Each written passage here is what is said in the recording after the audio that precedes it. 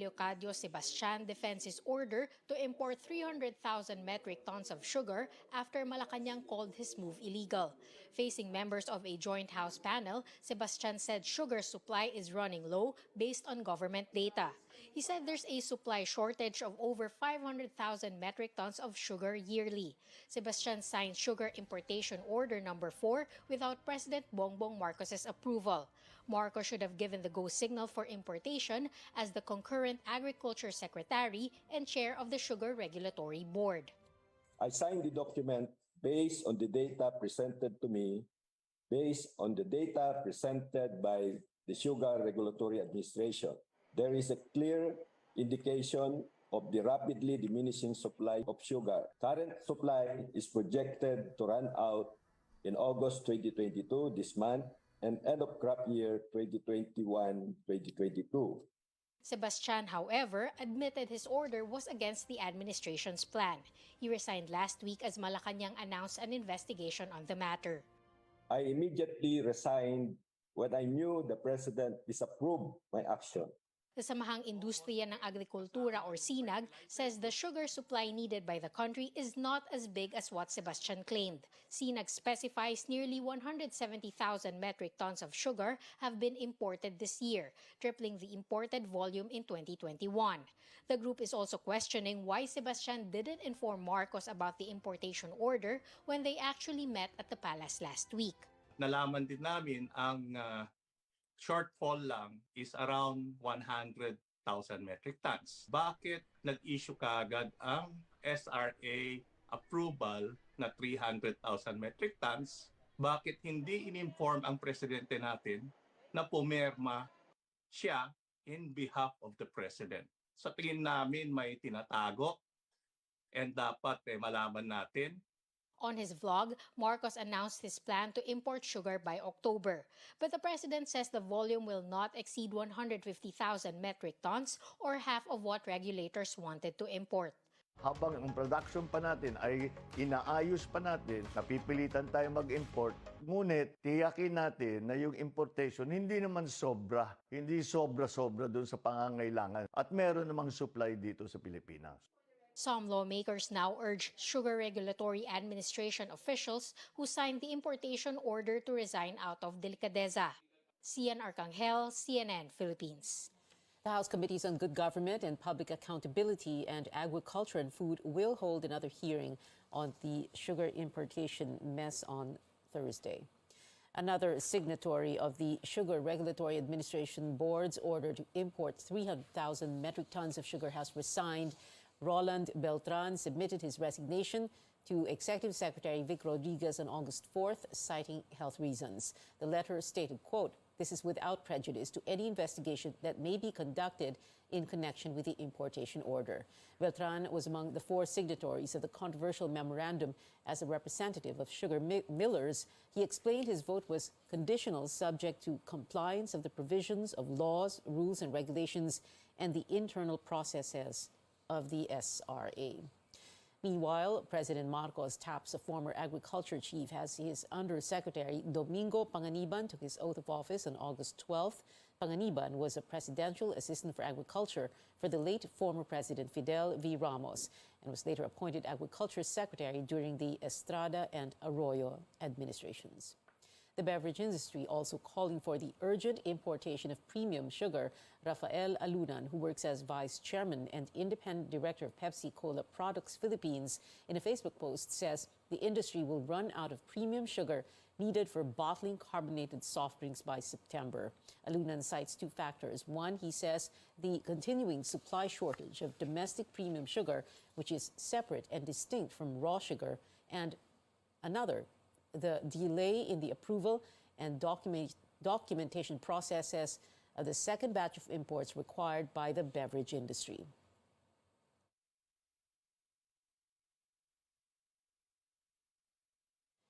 Alunan recommending the President and the Executive Secretary to approve their request not later than Tuesday, August 16, that's tomorrow, concurrently signed by the Sugar Regulatory Board, to avoid what he calls a potentially self-inflicting disaster. Otherwise, the former senatorial candidate says bottling plants could experience production downturns and labor layoffs and government will have lower tax collections and face diminished investor confidence.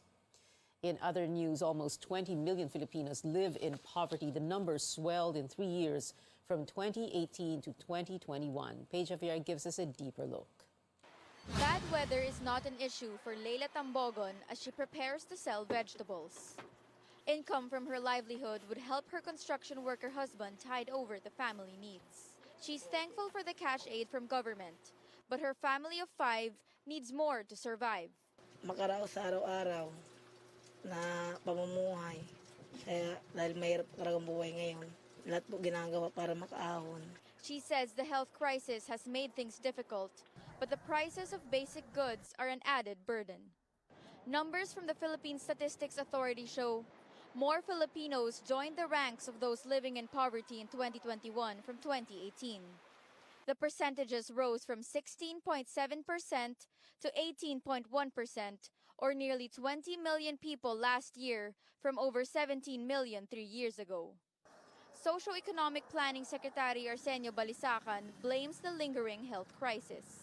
Restrictions on mobility and low earning capacity of poor households due to limited access to regular and productive jobs made the lives of Filipinos difficult. Economic managers aim to cut the poverty rate to an ambitious 9% in 2028, the year the administration ends its term. They plan to focus on job creation. Balisacan says more Filipinos will get out of poverty as the economy reopens.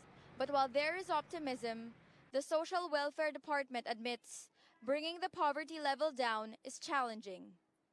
The agency earlier identified over 5 million poorest families, higher than the over 3 million identified by the statistics body.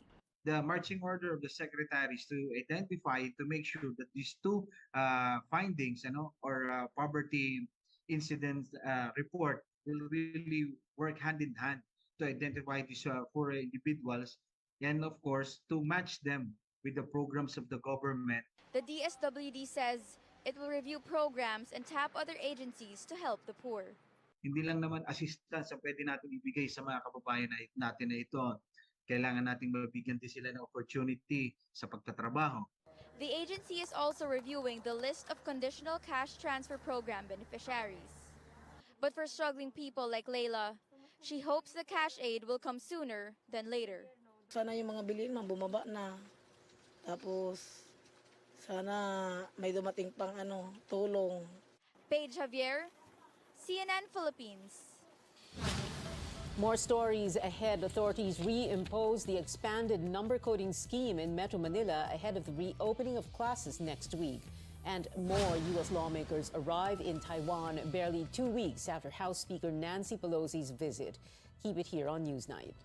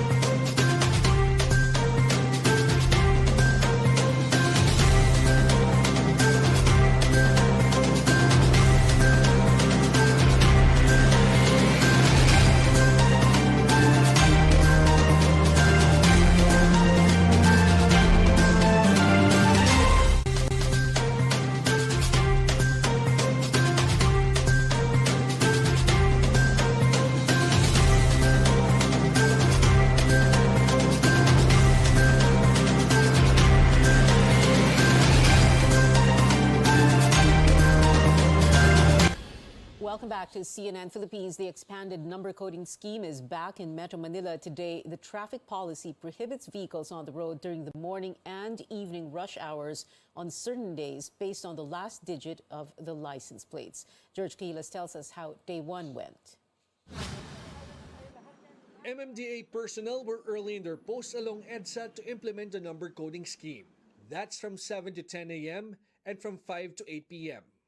One by one, authorities flag down violators. For now until Wednesday, they will just be reminded of the policy. But starting August 18, citation tickets will be issued against violators. Ma'am, alam niyo na ba na merong in-implement na ngayon yung number coding? Apa. So, well, bakit kayo pa rin lumabas? I know dry run lang today eh. Kakalusot pa sana. Pwede ko kayong pakasuhan ho. I mean, you director tayo, mag-uusap tayo na maayos. Pero ito, paparahin niyo ako tapos ihaharap niyo ako sa camera. I'm sorry po pa, but this is also part of our public information. A private vehicle driver was castigated after he showed a placard saying that he has a project under the Transportation Department. Exempted talaga kayo sa number coding, sinabi sa inyo. Okay. Sino po nagsabi siya? Company. May mapapakita ba kayong papel na in-exempt kayo? While TNVS drivers are exempted from the policy, the MMDA still warned this driver after failing to show documents that will prove his claim. Dapat naman talaga, dala mo yan eh. Pwede ka namin ikuloro pag hindi mo dala. Alam mo ba yon? Yes, sir. Alam mo yon, di ba? Napurgot lang nung naglinis ako ng sasakyan. Kaya nga, exempted kayo sa number coding, however, you need to show your provincial authority. Violator of the number coding scheme has to pay a 300 peso fine. But if a driver is apprehended thrice in 1 year, he or she needs to undergo an MMDA-sanctioned seminar. George Quiles, CNN Philippines. Good news for motorists. Another round of pump price cuts will take effect tomorrow. Oil firms will reduce diesel prices by over a peso per liter and 10 centavos a liter for gasoline. Expect cheaper kerosene as well with the 45 centavo per liter rollback. Prices of diesel and kerosene have been going down for the past 6 weeks. This is the second consecutive week for gasoline. Some 9 out of 10 47,000 public schools are expected to hold face-to-face classes when the academic year begins next week. As part of its Oplan Balik Eskwela program, the Education Department has launched a command center that will respond to complaints and requests. DepEd also coordinating with other agencies, including the Health Department, which is educating parents, students, and teachers about the importance of COVID-19 vaccination. But for the Alliance of Concerned Teachers, preparations are lacking. Its survey this month shows 7 in 10 teachers believe government action is not enough to make sure classrooms budget for health protection and clear guidelines are enough.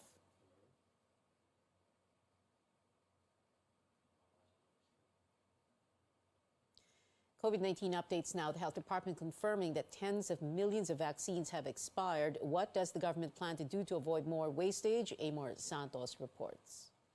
More than 20 million doses of COVID-19 vaccines were wasted as of August 12, according to the Department of Health.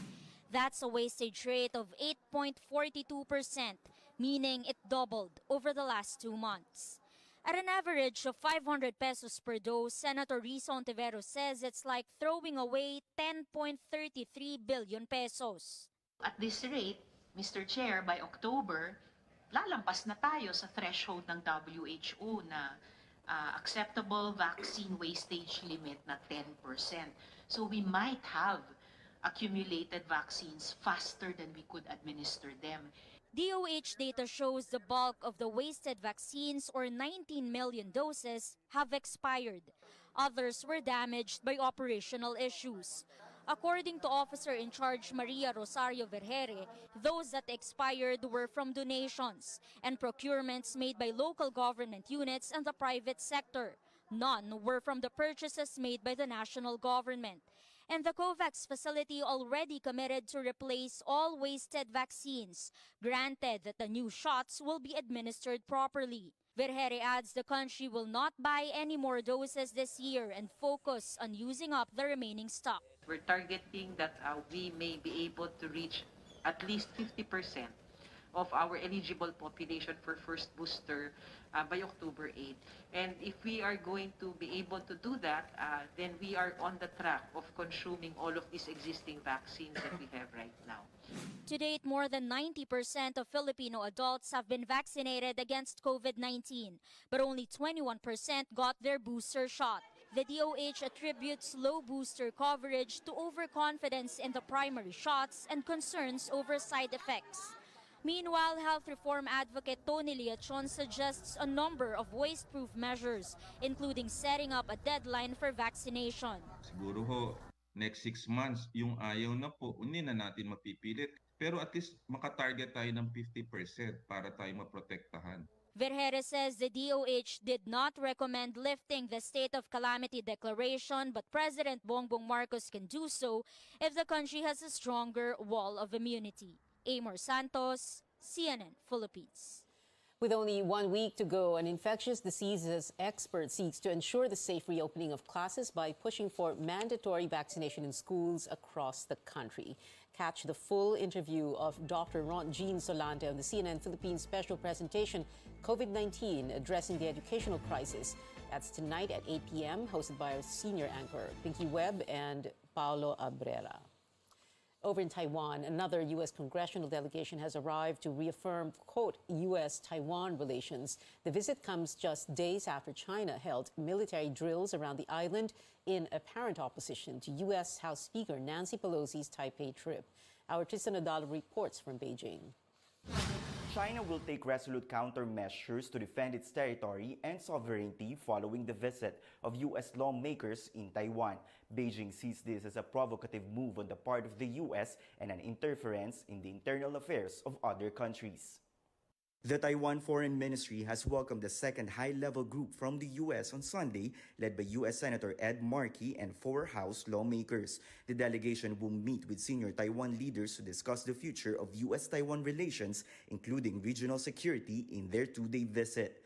But China firmly opposes this visit to Taiwan and any form of official relations between the two. Chinese embassy spokesperson in Washington, Liu Pengyu, says the U.S. Congress should act in accordance to its One China policy. Beijing adds that the U.S. does not want to see stability in the Taiwan Strait, and somehow its move is further stirring up confrontation in the area.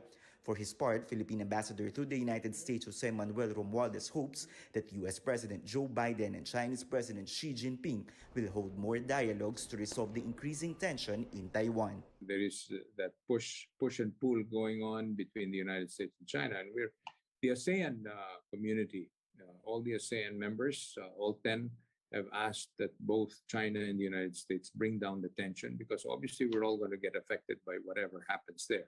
Over the weekend, the U.S. reiterates that they are committed to the One China policy and they do not support Taiwan independence. Washington also calls for peaceful resolution in the Taiwan Strait. It remains to be seen on what kind of countermeasures China will carry out in the coming days. But recently, Beijing launches a series of military drills around Taiwan Island in what was a showcase of its combat capabilities. Tristan Udalo, CNN Philippines, Beijing, China. Up ahead, the Cine Malaya Film Festival ends with a new list of winners, and Aaron Black lifts Meralco to force Game 7 in the Philippine Cup semifinals, while TNT punches its ticket to the championship round. You're watching CNN Philippines.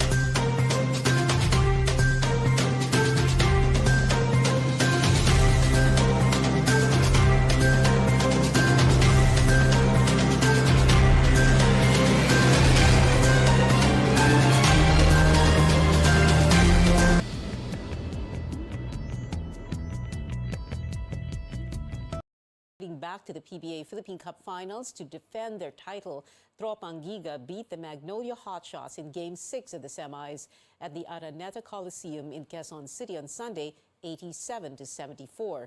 TNT's Jason Castro sizzled with a game-high 26 points. For the championship round, Jason told CNN Philippine Sports Desk what TNT is keeping an eye out for with the other possible finalists, San Miguel or Meralco.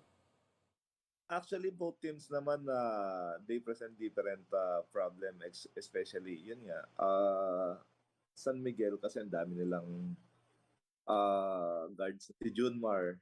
So Meralco naman almost same lang din yung mga guards nila, mga pesky defender din at the same time. Yun nga ang galing nila mga pumost up. Siguro for us to win, yun nga yung maging focus namin is yung team namin kung paano namin makapag-execute.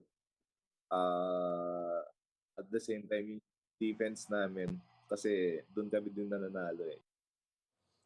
And the semi-finals continue for Meralco and San Miguel after the both stunned the Beermen in Game 6, 96-92.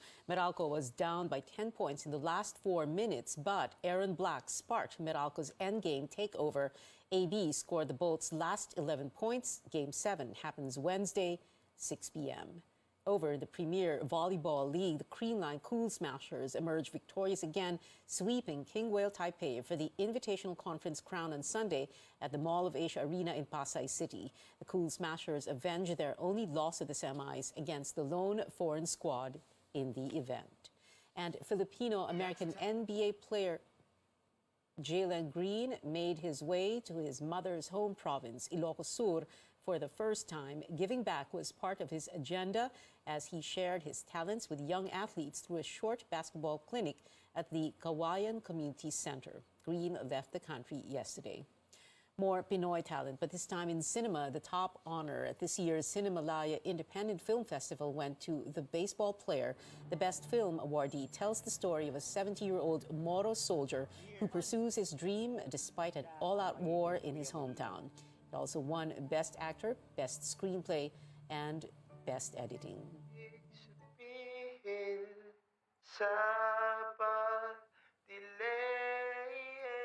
Maan Asuncion Dagnyalan's Blue Room was another big winner, bagging 5 awards. These include Best Director and the Special Jury Prize. The movie is about an indie band arrested for drug possession who must decide between their principles or their freedom. K-pop fans are raving on social media as Blackpink releases a new teaser for their next single, Pink Venom. Rosé, Lisa, Jisoo, and Jennie are dropping their album Born Pink this September.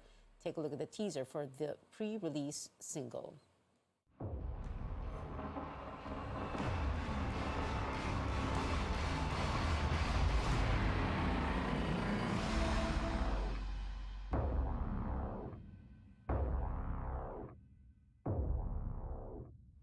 Blackpink's world tour begins this October with a stop in Manila set for March 25 next year. And that is it for tonight. Join me again on News.ph at 7 p.m. I'm Pia Hontiveros for Newsnight, where we go above and beyond the headlines.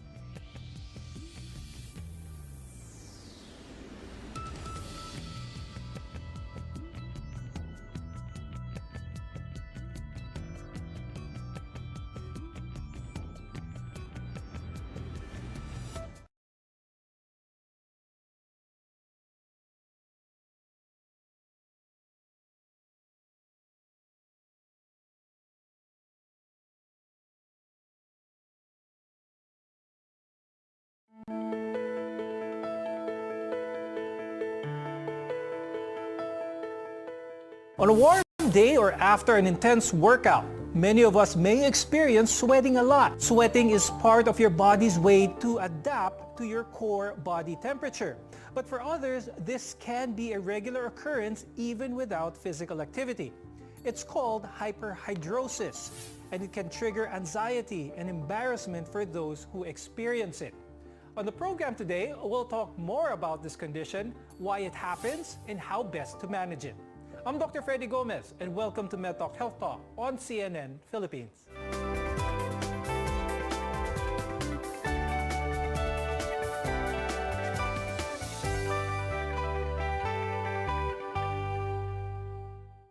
If you experience constant sweating even without anything triggering it, you might have a condition called hyperhidrosis. Our guests are here today to tell us more about this. With us is Dr. Melissa Pasion Dabao. She is the chairman of the Department of Dermatology at the Asian Hospital and Medical Center.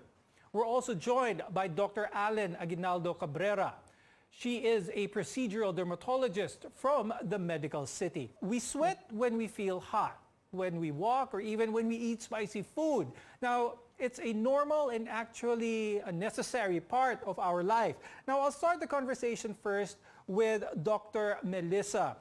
Tell us more about the importance of sweating. What's important is we have to maintain our body temperature. So we have a core body temperature. So if ever there's a discrepancy in it, if it's too high or too low, our brain will signal something to our body that we have to maintain it. If that happens, that's if the body temperatures increase, so the brain will tell us to lower it down. That's why we sweat. And if ever naman it's too high, you'll have shivering when you feel cold. So sweating is actually part of the normal process of our body in order to keep our body temperature at its optimal temperature. When we feel hot or during exercise, our muscles heat up, so we perspire even more. Now, Dr. Allen, what would happen if we didn't sweat? Is there a condition actually that preempts a person to not sweat at all? There are instances wherein there's a buildup of increased temperature. And so if there is increased temperature, there is what we call the heat stroke. First, it starts with heat fatigue, wherein there's increased temperature and there's beginning a CNS dysfunction and later on collapse, no? Just as not sweating would pose some problems, too much sweating can have some effects on our body as well. Dr. Melissa, let's talk about hyperhidrosis, the true definition of this. How does this differentiate to someone na pawisin lang, who just sweats a lot? We have 2 to 4 million sweat glands, no? So they're saying we produce sweat like 10 liters a day. So that's the normal. Now for excessive hyperhidrosis, as they call it, excessive sweating, and which will disrupt this, what is physiologically necessary to maintain the core temperature, that's what they term it as hyperhidrosis. Now, Dr. Allen, are there several types of hyperhidrosis? Could you tell us the difference between these? There is what we call the primary hyperhidrosis. It occurs during childhood and it's genetic. It has a strong family history. And so usually it's aggravated by emotional stimuli if they feel embarrassed, and usually occurs on the palms, the soles, the axillary area. Now the secondary is actually attributed to medications that are given, for example, antipsychotic drugs or even antidepressants.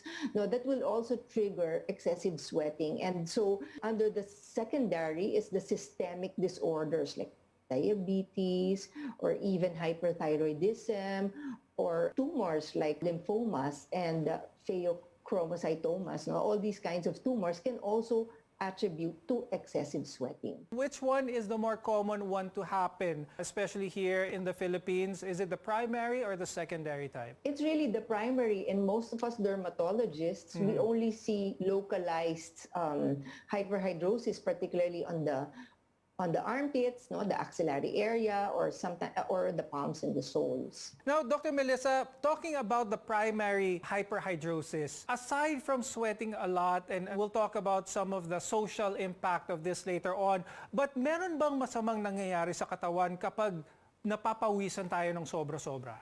The problem that I see is really more the quality of life and the severity of the hyperhidrosis, how they affect how they work or how their social interaction with people. That's really more the problem for the patients, especially if they have excessive sweating. Please tell us more about this. How so is the quality of life changed, Dr. Melissa?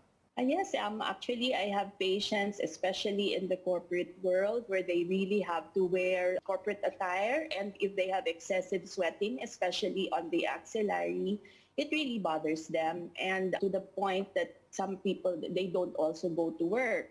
So that's why they consult us if we could address that problem. Dr. Allen, are there beginning symptoms of someone with hyperhidrosis when they get embarrassed or frustrated or stressed out, it comes out usually on the upper lip, the axillary area, the palms, and the soles. Now, Dr. Allen, with excessive sweating from hyperhidrosis, are there other symptoms from the body, excessive odors? Does this follow as well?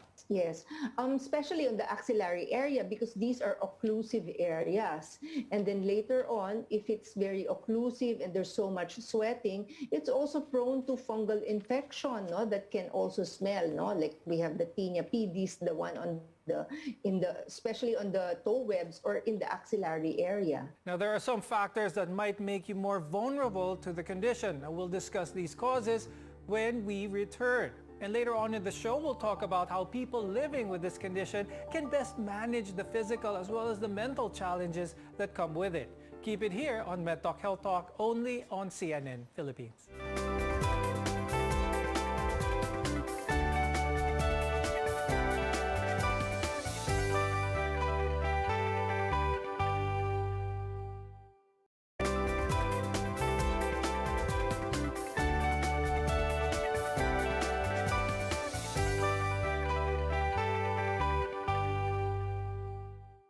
I'm Dr. Freddy Gomez and welcome back to MedTalk Health Talk on CNN Philippines. When we sweat, it keeps our body cool as it evaporates from the skin. So it's actually part of the normal process of our body which keeps us healthy. If we didn't sweat, we'd overheat.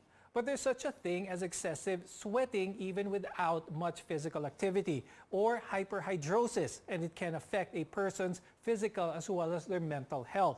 Now, Dr. Melissa, let's talk about the mental aspect of this. So for someone with hyperhidrosis, you mentioned an example earlier of on the corporate world, it's somewhat unnerving to be sweating at different forms, especially in meetings and whatnot. Since the primary hyperhidrosis mainly occurs in the armpits, the face, the soles, the palms, mainly emotional areas when we sweat, as what was mentioned earlier by Dr. Allen. Is there an emotional component to this? Can someone who is excessively anxious have hyperhidrosis?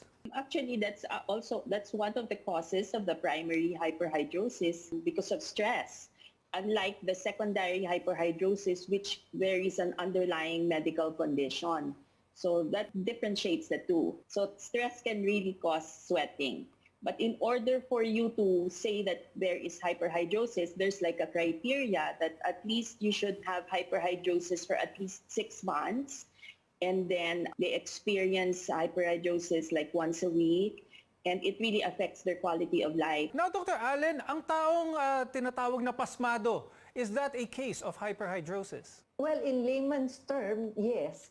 Kasi that's our usual way of saying na pasmado, they have hyperhidrosis palmoplantar or on the palms, no?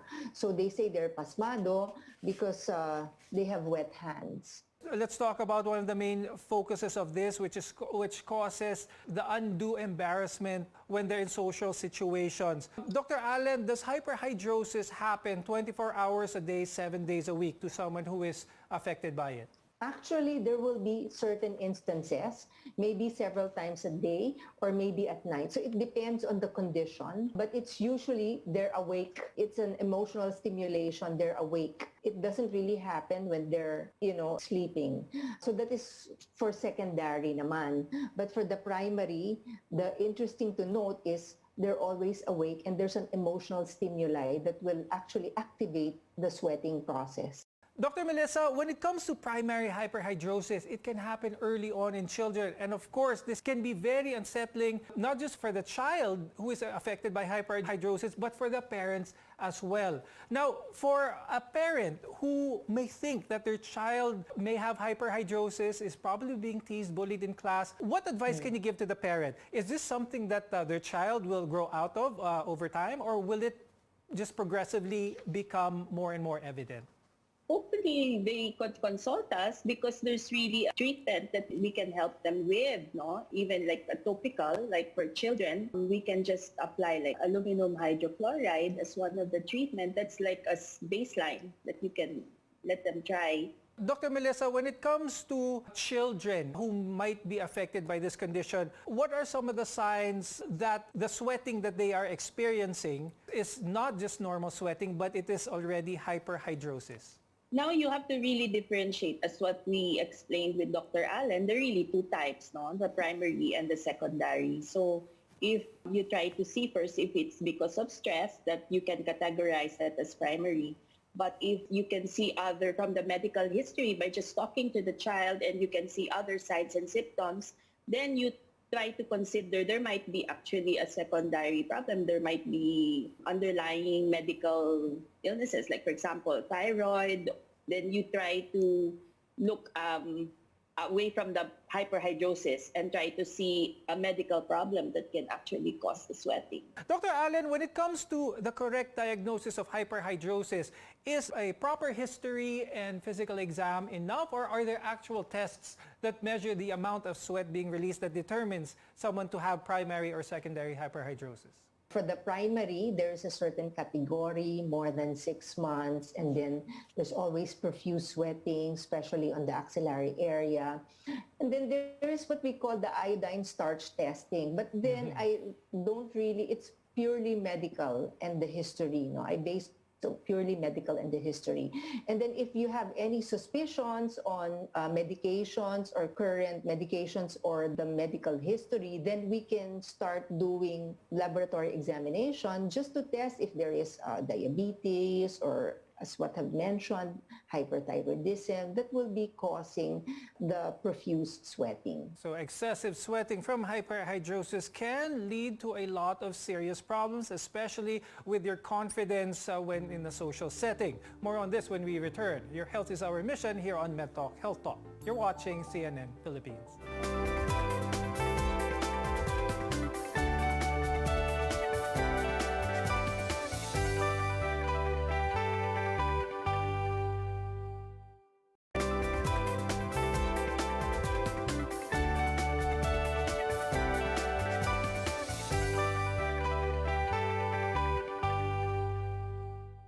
I'm Dr. Freddy Gomez, and this is MedTalk Health Talk on CNN Philippines. The effects of hyperhidrosis or excessive sweating run more than skin deep.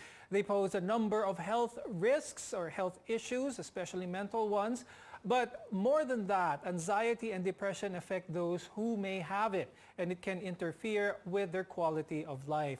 Dr. Allen, let's talk about now how best to manage a situation like this. We were talking earlier about stress as being the number one factor here. What is the main approach when it comes to someone who is affected with hyperhidrosis? Is it medication right away, or are topical treatment best first-line treatment here? We start with the conservative treatment. Number one is the topical treatment, as what mentioned earlier by Dr. Dabao. If it does not work, then we can go into oral medications. And then my best treatment really, if especially in adolescents or more adult patients, is really intradermal injection of botulinum toxin. I'm very happy with this because it has dramatic effect, and usually it's kind of painful though because there's pricking sensation or the needle sensation. So we usually put a numbing cream few minutes before we do it, and then we inject. Now usually there's 80 to 90% no sweat, and it usually is maintained for about the longest is about 16 months. How many sessions will it normally take to have acceptable results? It's usually one time, actually. Usually on the third day, they start feeling that there's really no sweat. Is there a drastic change in the quality of life for your patients who have undergone the botulinum toxin injections to control their excessive sweating? Yes, especially when those people who are in the media, sometimes when they put up their hands and there's like a sweat patch, it makes them embarrassed, especially in the national TV. So what they do is they have this and they feel very confident, even with, let's say, doing aerobics and all that, there's really not much patch on the armpits. Now, Dr. Melissa, when it comes to lifestyle changes, are there changes in a person's diet or maybe daily activity that can affect or lessen the amount of hyperhidrosis that they may encounter? I think it's more living a stress-free life that will decrease your hyperhidrosis than connection with food. But if ever, not unless the bromhidrosis, which is like an authentic body odor, sometimes there's like a connection with food, like eating spicy food or curry and garlic. Before we go, do you have any advice for our viewers who might be contemplating or maybe they do have hyperhidrosis and would like to seek treatment? I'll start first with Dr. Melissa. Of course, if it becomes very bothersome and it actually affects the quality of life of the patient itself, especially children, they should definitely consult certified dermatologists to help them address their problem. Dr. Allen, do you have any message for our viewers? For those people suffering hyperhidrosis, profuse sweating, you have to seek consultation so that we can help you, so that there will be no embarrassment to spare you, so that we can give enough advice and to have a better quality of life. And thank you so much for enlightening us on how to determine if someone does have hyperhidrosis as well as its types. Thank you so much, Dr. Melissa Pasion Dabao and Dr. Allen Aguinaldo Cabrera, for being with us today and sharing your expertise about this. And advice to our viewers, always seek your consult from a board-certified dermatologist. I'm Dr. Freddy Gomez, and thank you for watching MedTalk Health Talk. We'll see you again next time.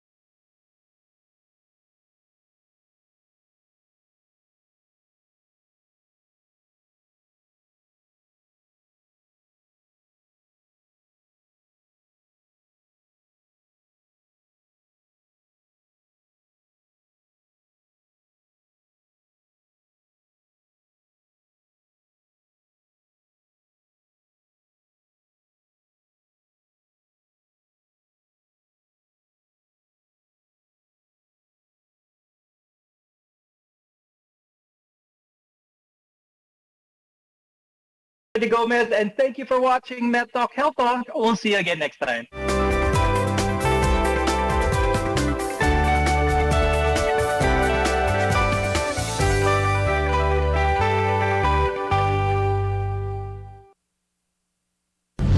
First on radio, DZKI-IRIGA welcomes CNN Philippines to bring you the latest. News you can use, news you can trust. Listen to Newsnight, weekdays, 6 p.m. We now go above and beyond the headlines, followed by MedTalk Health Talk. We'll talk about how to keep ourselves healthy during the pandemic. Politics as usual. In this country, not everything really goes according to plan, and politics is, as usual, up close and more. Catch CNN Philippines Hour on DZKI-IRIGA. Weekdays, 6 to 7 p.m. CNN Philippines Hour sa RPM DZKI-IRIGA. Alas 6 hasta alas 7 ng manggi, Lunes hanggang Biyernes.